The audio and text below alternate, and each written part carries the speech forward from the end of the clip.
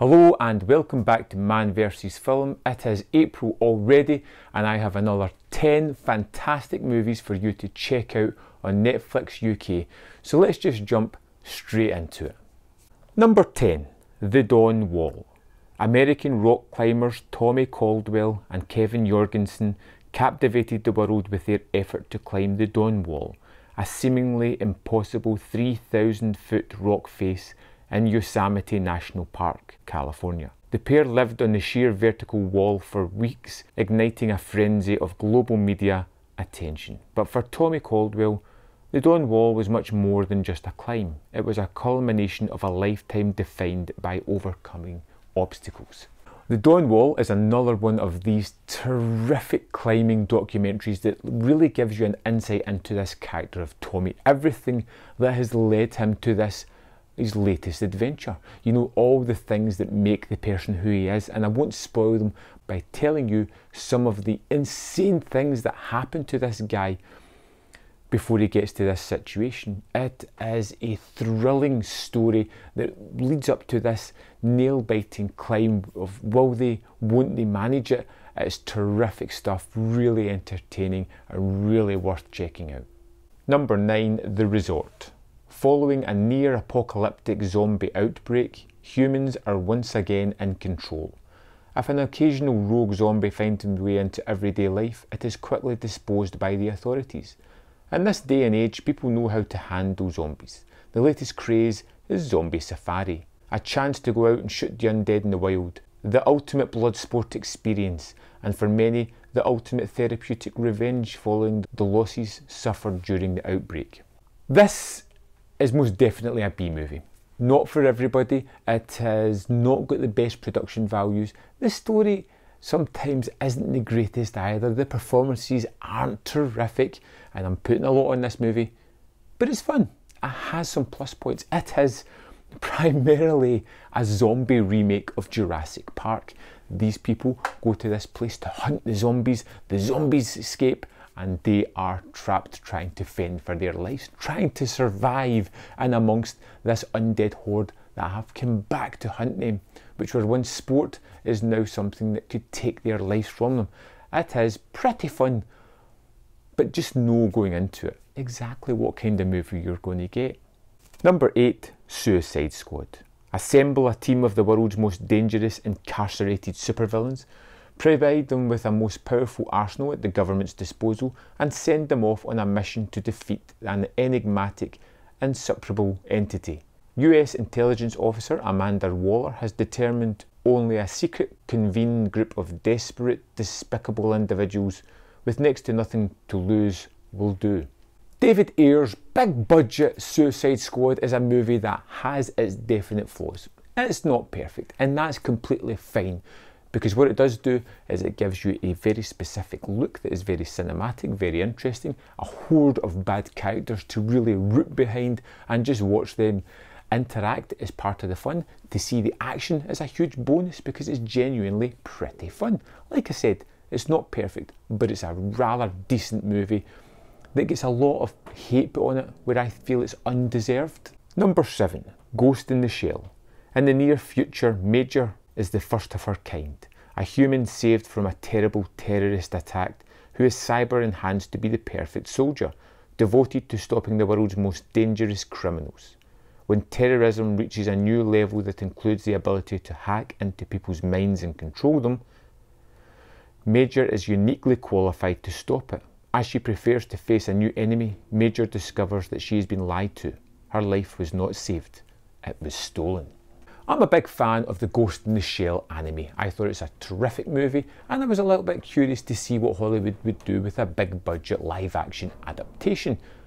And it's really enjoyable, taking primarily most of the story from the anime, adding little bits to it, repurposing some parts that probably work pretty well in the movie by being repurposed. We get a visually stylistic movie, some great action set pieces, and a story that has stuck long with me after seeing it. I think this is a rather good adaptation of something, probably the best we could have hoped for. Really well worth checking out, and if you missed it in cinemas, there's no excuses now. Number 6, Source Code. Bombs explode in a Chicago train, derailing the locomotive and killing hundreds. In an attempt to identify the bomber and prevent another larger attack on downtown Chicago, Captain Coulter Stevens agrees to take part in a clandestine government experiment dubbed Source Code, which allows him to enter the body of a male passenger during the 8 minutes before the man is killed. Duncan Jones directs, Jake Gyllenhaal stars in this really twisty, kind of time travel thriller where he is constantly reliving the same 8 minutes, trying to figure out what happened on this train and stop it if at all possible. It is really fun. It's one of those popcorn movies where you can just sit down, put the lights out, turn the sound up and enjoy the heck out of this movie. I've watched it quite a few times. It's quick, it's punchy, it's energetic, and most of all, it's fun. Number 5. Isn't it romantic? Natalie, a New York architect who works hard to get noticed at her job, but is more likely to deliver coffee and bagels than design the city's next skyscraper. Things go from bad to weird when she gets knocked unconscious during a mugging, and magically wakes up to find herself in an alternate universe. Always cynical about love, Natalie's worst nightmares soon come true when she suddenly discovers that she's playing the leading lady in a real-life romantic comedy. This is a fun, forgettable movie. It's one that you can throw on with your other half, have some chuckles in, know that it's only 90 minutes so it won't last too long, and get the hell out of there pretty quick. You know, you get some great performances from the lead and the love interest. You get a story that is a little bit formulaic. The only thing I would say about this movie is it's not as much a parody as just repurposing certain scenes from other romantic comedy movies, and it's not as funny as I would have liked. Take for instance, They Came Together, the David Wayne directed movie, with a similar kind of idea of taking a parody look at romantic comedies is much better. But still, this is a quick, easy, punchy movie with some laughs that's rather fun to watch, and just, you know, a quick, easy thing to just throw on if you want to watch something with your other half. Number 4, The Dirt. Based in Motley Crue's 2001 best-selling autobiography, The Dirt is an unflinching and uncensored story about sex, drugs and rock and roll fame and the high price of excess. The film shows us just how Nikki Sixx, Mick Mars, Tommy Lee and Vince Neil took Motley Crue from the Sunset Strip to the world's stage, and what it meant to become the world's most notorious rock band. This is one of those movies that feels like it's hitting bullet points, and it's rather have more fun with just showing you some of the crazy antics that this band got up to. So it doesn't give you a deep dive into the story or the characters, which is fine because you kind of get the idea that this is going for comedy more than sort of a deep dive into the band, you know, which is fine. It is funny, it is outrageous, the situations that these guys get themselves into, not because they want to be in the newspapers for being rather crazy, but just because these are folk that have had success and just go plain nuts. I was laughing constantly throughout this movie. It is a great comedy movie. It tries to layer in a little bit of emotion near the end, which doesn't quite fit with the tone of the rest of the movie, but still, this is a hell of a lot of fun. Number 3, Triple Frontier. 5 former Special Forces operatives reunite to plan a heist in a sparsely populated multi-border zone of South America. For the first time in their prestigious careers, these unsung heroes undertake this dangerous mission for self instead of country. But when events take an unexpected turn and threaten to spiral out of control, their skills, their loyalties and their morals are pushed to a breaking point in an epic battle for survival. What an absolutely terrific cast on show here in this Netflix original movie, and it is most definitely a movie of two halves. You get a first part which is all heist, action centric, and really puts these guys into a tough situation where they have to make even tougher choices, which is really edge of the seat, fun stuff. And then we get to the second half of the movie, which is more character driven, which it takes the pace down a little bit, that really digs into what these people are all about, what they have done and the ramifications that it's going to have on their life. And that's where it can kind of lose some people, or it can kind of really draw you in more. Just know going into it that it is definitely a movie that has different tone pacing. You know, first half really quick, second half a little bit slower, but a little bit more involved. I thought this was great, and Ben Affleck is the best he's been in years in this film. Number 2, The Thing. During an exploration in Antarctica, a group of researchers come across a Norwegian facility near their research station.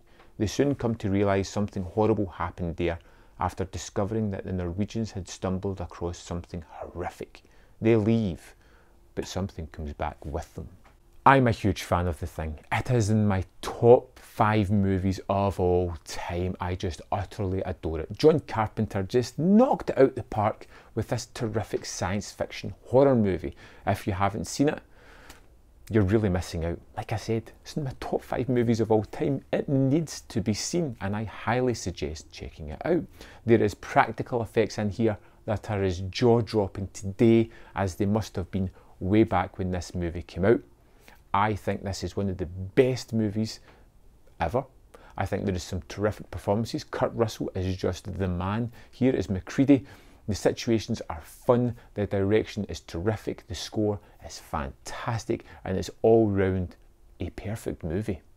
Number 1, A Cure for Wellness. An ambitious young executive is sent to retrieve his company's CEO from an idyllic but mysterious wellness centre at a remote location in the Swiss Alps.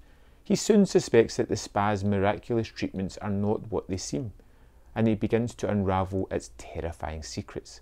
His sanity is tested as he finds himself diagnosed with the same curious illness that keeps getting all the guests here longing for the cure.